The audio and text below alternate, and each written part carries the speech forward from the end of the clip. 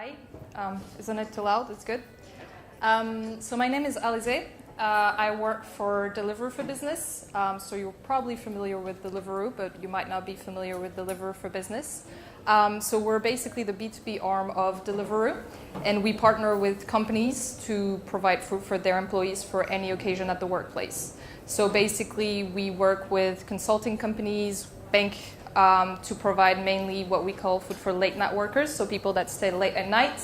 They have an allowance, they can spend it for dinner, for example, and they don't have to do an expense report. They can just, the company's built on a monthly invoice. But we also provide food for meetings, for team lunches, catering. So that's, if you weren't familiar with Deliveroo for Business, please know that Deliveroo also has a B2B arm. So I'm a growth associate within the company. I joined about 7 months ago. And what is pretty challenging about that role is that Deliveroo for Business is kind of a startup within the startup. So we benefit from obviously the great exposure of the Deliveroo brand, but most people are not familiar with the fact that Deliveroo has a B2B arm. And so we really need to create that brand and obviously get customers to onboard. So today I'm going to mainly talk about growth in a startup environment and how you can enhance growth in your company. Something that I wanted to start talking about is basically the main question is, what is growth? And I think it's kind of hard to get one definition that will fit all, just because what I define as growth or as success is probably very different from what you define as growth or as success. The way I define growth is basically the fact of improving some measure of a company's success. But once again, what I define as a success is probably different to what you're defining as success. What I'm going to be focusing on today is mainly basically growing your customer base. So having more users or more companies using your product or your service. So the first step that might sound obvious, but that is usually not as obvious as it looks like, is knowing your personas. So who you're talking to. A little bit of a formatting issue, but not a big deal. We usually focus on who's going to make the decision, but it depends on how complex your purchasing process looks like, but there's going to be a lot of people involved in making the decision to purchase or buy your product or a service. And that's something that should not be overlooked. And you should be able to have a value proposition and a solution that will fit all people within the the purchasing decision process. So you have to be able to address their main pain points. You have to be able to offer something that will match their purchasing behavior. And you need to be able to also get a better understanding of what are the touch points that you will be using to get to those people. And evaluate their degree of involvement in the decision. So that will basically give you a framework of how you can basically build your value proposition and deliver it to make basically present your product the way it should be presented to increase the chances of converting your lead. The second thing is getting the right tools. I think what's important, especially in a startup environment, is that things go so fast that you could focus on what's going to happen in the next few weeks or next few months and thinking, okay, I'm going to go from, 100 customers to 300 customers. That's not going to change drastically the way you run your business. But the way you should look at it is, okay, in 1 year from now, maybe I'm going to go from 100 businesses to 2,000 businesses. And that's going to drastically change the way you run your business. And if you don't have the right tools and if you don't have ways to automate that, you won't be able to deliver and you will ruin your customer experience. So it's really important to get the right tools. And it's kind of tricky because if you think about the whole tool stack that you need, it can get overwhelming. If you think about CRM, marketing automation, email, CMS, social media, there are so many. So building the right tool stack is key.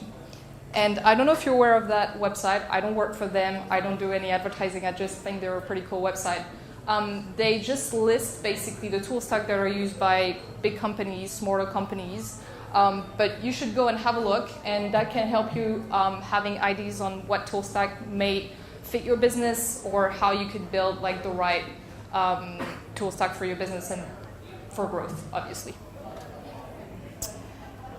So the third one is, now you got your personas, you got the tools to run and scale your business. Now, obviously, you need to get customers. There are usually two main acquisition strategies that we kind of usually oppose, but they're not. They're actually inclusive of each other, not exclusive of each other. The first one is inbound. So there's a lot of, it's kind of a buzzword, inbound marketing. What is it? Inbound marketing is key to scale your business, just because basically getting inbounds is having access to the whole long tail of mainly SMBs and smaller companies that are really likely not to need to go through a heavy sales process and talk to somebody and do a heavy RFP or something like that. They just basically want to know about your products, want to get fed with the right content, and they're very likely, if you do have that feature, to just basically self-onboard and try and get through a free trial or through a freemium model. They can just try your products and get to see in real life the value that you're actually bringing them. So inbound marketing is a way for you to scale your business. So that's key. Outbound marketing, in the other hand, which we currently, we usually refer as account-based marketing, is identifying the key accounts and the key companies that you want to target. So this is more about value than volume. Basically, you're going to identify the people that you want to target and that you know are going to create a lot of value for your company. The reason why we call it account-based marketing is because we realized, and within marketing, they realize that you're not only targeting just a user or a company, you're targeting a lot of decision maker within that company, and so you have to feed the right content to the right people at the right moments, at the right time. And so this is a mix of a sales strategy and a marketing strategy, because the salespeople obviously will have a role at getting in touch and selling the product, but marketing will help with creating the content that you need to convert those leads. So mixing those two strategies will help you scale out your business. So as I was talking about inbounds and outbound strategy, in both you will need to have an efficient marketing strategy that is custom for growth. So I think that online marketing will definitely play a big role in it. In B2B, I think that offline marketing should not be outlooked, because organizing events, meeting people in real life and face-to-face and talk to them is still key. But online marketing will give you the right tools to better understand, target, optimize the way you advertise your products to the right people. And so if you invest in at the right moment for the right channel, and you are able to measure, analyze, and optimize your campaign, that's where you're going to get the most return on investment. Something that we always look at when we invest in marketing is the LTV to CAC ratio. Just because when you look at a marketing investment, you need to look at what you get in return. So let's compare, for example, if you invest in Facebook ads, for example, and the cost per lead is £50. So it looks, reasonable. But then you realize that the companies that you acquire through that channel actually spend very little and they are not profitable. So you would think that it's better than, for example, if you had advertised on LinkedIn where the cost per lead is actually £150. So you would say, well, Facebook is much more efficient. But then you realize that the companies that you acquire through LinkedIn are actually spending 3 times, 4 times, 10 times what the Facebook companies are actually spending. And so the LTV to CAC ratio makes a lot more sense in terms of marketing. So you should not just look at spend, you should look at spend versus what you get and basically the return on investment that you get. Then if you want to get a successful company, obviously you need to build the right team. And you will need to build the right team to acquire customers, so that's the sales team. So building the right pitch, having the right content, building also lead scoring, which I think is key, especially if you get those inbound marketing strategies in place and outbound. If you're doing it right, your sales team will be fed with a lot of leads.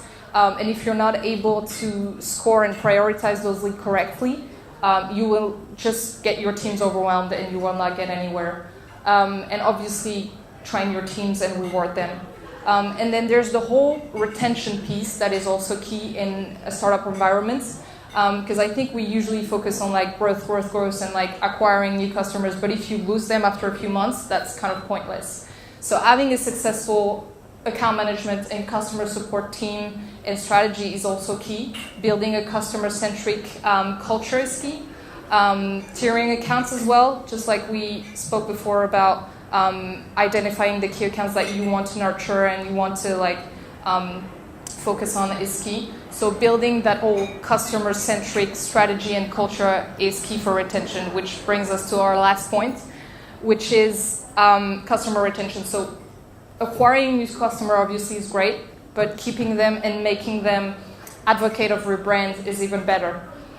So we always, at Deliveroo for Business, for example, we always send customer surveys. We always make sure that if there is an issue, we understand what's the issue and how we can compensate for it. Because I think sometimes people don't necessarily want like monetary or financial compensation. Sometimes they just want to be acknowledged that, yes, we messed up and we can make it up for it. And that also brings and build that emotional commitment to the brand. We also do, for example, like onboarding package. So we give them swags that they can keep on their desk and like be reminded of the brand. So all those little steps that build like just an attachment to the brand, and that will, like at the end of the day, will make your customer like the brand and want to stay with you, even if someone with, I don't know, a better product or cheaper product comes on the market. That's what will make you stay with them. So that's it for me. I don't know if you have